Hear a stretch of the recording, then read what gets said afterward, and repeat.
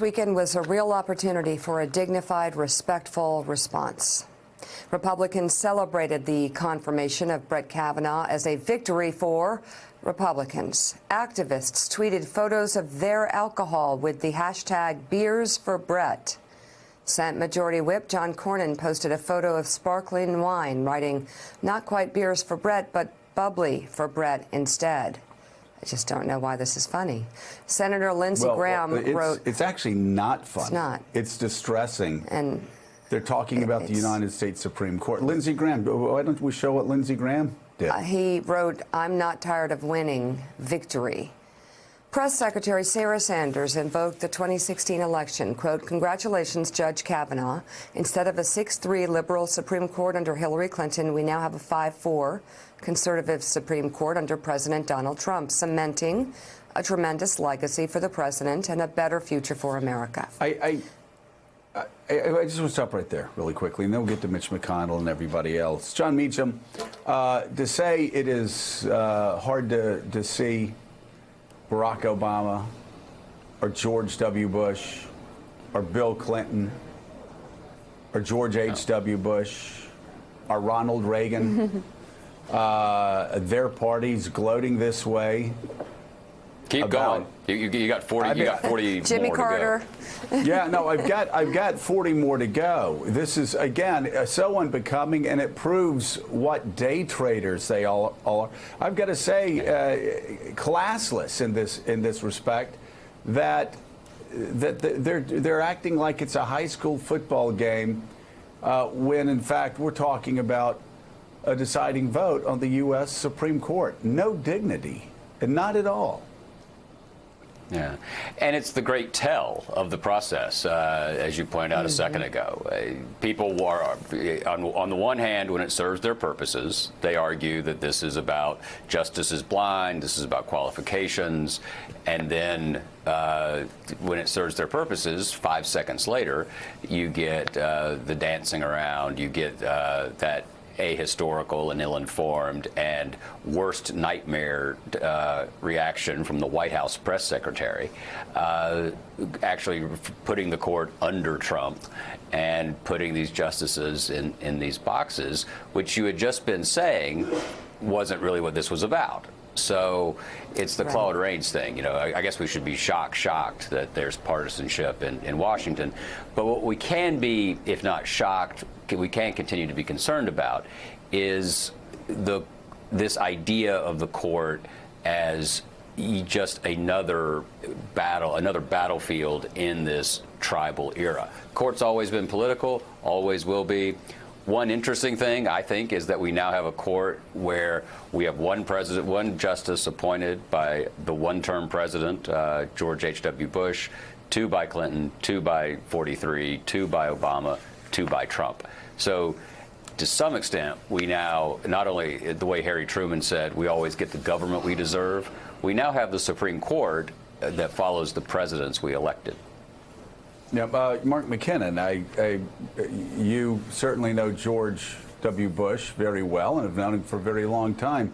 What's the likelihood that anybody that worked for him putting out a statement like that after, let's say, Justice Roberts went to the Supreme Court, talking about the Supreme Court now under George W. Bush and painted in such stark ideological terms? What's the chance that they would still have their job by the end of the day? Not great, Joe. In fact, what he always used to tell us was, don't dance in the end zone, act like you've been there before.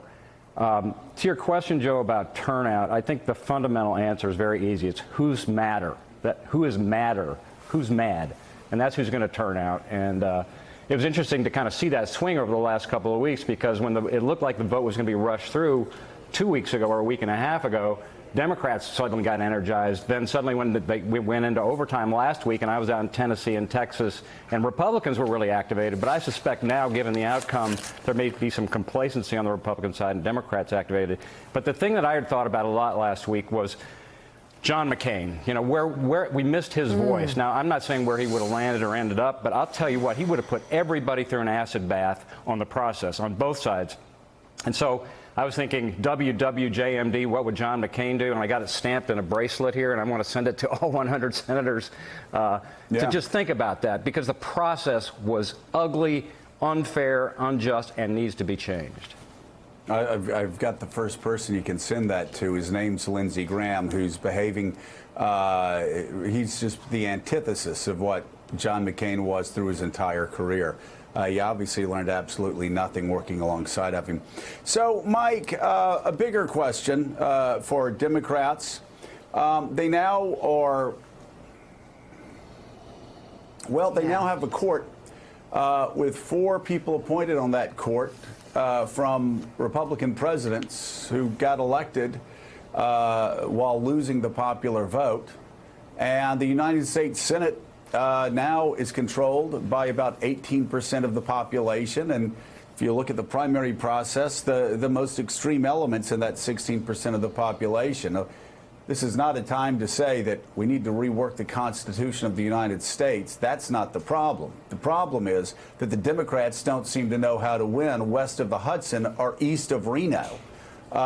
Isn't this a good time for the Democratic Party to re-examine who they are and figure out whether they want to get outside of their blue bubbles on both coasts so they can start winning Senate races in Middle America again and start figuring out how to appoint Supreme Court justices? Well, Joe, I think the Democrats have to sit down as a group and decide who they are and decide what the country is all about. I don't think they know what the country is all about. This was an extraordinarily depressing sequence of events that this country has just been through, and headed by what happened over the weekend, where you have the Senate Majority Leader, Mitch McConnell, choosing ideology over the country in terms of his celebration, where you have the press secretary to the President of the United States clearly unaware that there are 3 independent branches of government: the legislative, the executive, and the judicial. And as John Meacham pointed out in her tweet, or whatever it was, her statement, you know, that under Hillary Clinton, a Supreme Court justice, we won't have them under Hillary Clinton. The justices are supposed to be independent. Now, people confuse, you know, the politics of the process. People are used to that. But it's just extraordinarily depressing that what has happened over the past few days. And it's even more depressing, I think, for Democrats to see that not a single Democratic voice really was raised in opposition to what Lindsey Graham did during the hearings by calling out Democrats. Not a single Democrat said, whoa, whoa, whoa, wait a minute. Not one. Something wrong there. Amid celebrating the confirmation of Brett Kavanaugh, Senate Majority Leader Mitch McConnell defended his previous decision to block former President Obama's Supreme Court nominee, Merrick Garland, saying the move was entirely consistent with the history of the Senate. Senator, how broken is the Senate? The Senate's not broken, and we didn't attack Merrick Garland's background and try to destroy him. We didn't go on a search and destroy mission. We simply followed the tradition in America, which is that if you have a party of a different Senate of a different party than the president, you don't fill a vacancy created in a presidential year. That went all the way back to 1888. You have to go back to 1880 to find the last time a Senate controlled by a different party from the president confirmed a Supreme Court justice to a vacancy created in the middle of a presidential election. They also conveniently forgotten that Joe Biden said in 1992, when he was chairman of the Judiciary Committee, the Democrats control the Senate, Republican in the White House. If a vacancy occurred, they wouldn't fill it. They also conveniently forgot that Chuck Schumer and Harry Reid, 18 months before the end of Bush 43, said if a Supreme Court vacancy occurred, they wouldn't fill it. Talk about hypocrisy. Right. But, Mr. Leader, I don't think that's right. In 1956, Eisenhower nominated Brennan. The 84th Congress was Democrat-controlled. And also on the Biden rule, Joe Biden was talking in the abstract. There was no nominee. No nominee was blocked. And he said to not have the nomination come up before the election, but that it could come up after the election. And so what Democrats say when they hear you doing this is they say he's creating new rules to essentially do what he wants to do. And as you've written in your book, The Long Game, when you do that, it actually hurts democracy. Yeah, well, that's not at all what happened, John. You're completely misconstruing what happened. What I gave you is the history of this. I know the history of this. I've spent a lot of time on this throughout my career. What I did was entirely consistent with what the history of the Senate's been in that situation going back to 1880. Well, I think the 1956 example, and also in 1968, later in the election cycle, when a Democratic president put somebody forward, the Republican leader worked with him to get that person a hearing and get him towards the Supreme Court, which is not something that you did. A vote at the time. Then there was a Democrat. Then there was a Democrat in the White House and a Democratic Senate. But the Republican leader at the time tried to help the Democratic president. John, you are not listening to me. The history is exactly as I told you. Oh, It's really? It's like a used car salesman. The history is what I This told car you. only has 3 tires on it. No, it's got 4 tires on it. You're not listening to me. It's got 4 tires. That was, well, first of all, good job by John Dickerson. It's amazing. And now they're moving the goalposts to different parties pretty soon. Yamiche, I suppose, if it serves him, there will be a leprechaun rule. That, oh, no, we can do it if there's not a leprechaun who's a vice president. It's just, he's changing history. He's adjusting facts to suit his purposes today. But, of course, the great concern is the long-term ramifications, even when Democrats get back in power. Perhaps it goes, Harry Reid moved the goalposts. Now you have Mitch McConnell moving the goalposts. And the question is, what comes next? How undignified can this process become? Well, I've talked to Democratic sources who say, if only we had a Mitch McConnell. There are a lot of Democrats who are looking at Mitch McConnell and say, yeah, what he did was changing the rules. What he did was in some ways despicable in many people's minds. But he also played the long game and bet his entire party's future on this idea that he could control the Supreme Court if he just had enough time. And he did that. He was able to say, I'm not going to even look at Merrick Garland, even if it might have hurt the Republicans in the 2016 election. For whatever reason, it didn't hurt them enough to not get Donald Trump elected.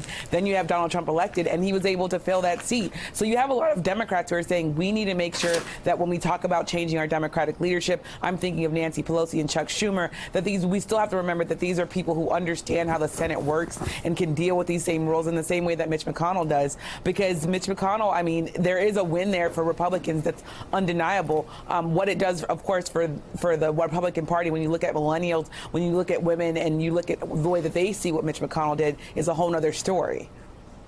I can't help but think, John Meacham, that as you say about so many other things, Mitch McConnell's actions are short-sighted. They're a good starter. They're a pretty lousy finisher.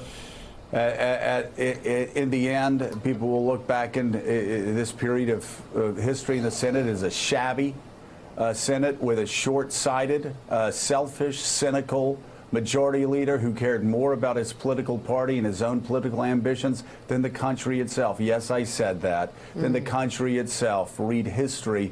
Doesn't it seem fairly obvious that that's exactly what Mitch McConnell's done? Well, Senator McConnell has become, if you're looking for a partisan warrior in chief, if you're looking for an archetype of a hugely effective party leader in a party leadership position in the Senate, I was just sitting here trying to think of arguably a more effective one. I suppose the legend of Lyndon Johnson in the 50s. But imagine just in 30 years, almost 40 years now, this shift from Howard Baker, the Tennessee senator, revered, longtime minority leader, becomes majority leader. Think about leaders like Bob Dole.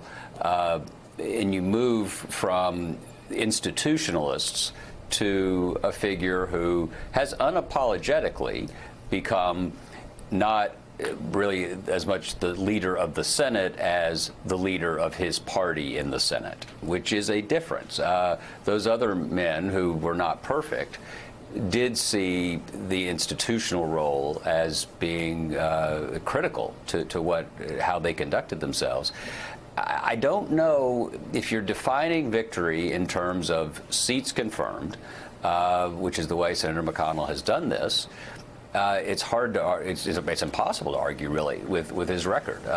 He has, not single-handedly, because his majority, let's be clear, he didn't do this by himself. He had the rest of his caucus with him, and Joe Manchin, who's now an honorary member of the caucus. Then you've got someone who has defined his mission. Again, he's unapologetic about it. He's weaponized that history very selectively. But I think that ultimately we're going to look back on this and could think of it as the McConnell era, and to some extent as much as the Trump era. Well, yeah, I'll tell you, Mika, there's so much that Harry Reid did in the years before Mitch McConnell became majority leader that was bad for the United States Senate. I doubt it will be called the McConnell era if we're just talking about the decline of the United States Senate as an institution, as our founders saw it, as the saucer that cools the coffee. If what John is saying is the case, this will be looked back as the Harry Reid, Mitch McConnell era, and all the country will be poorer for it. Thanks for checking out MSNBC on YouTube, and make sure you subscribe to stay up to date on the day's biggest stories. And you can click on any of the videos around us to watch more from Morning Joe and MSNBC. Thanks so much for watching.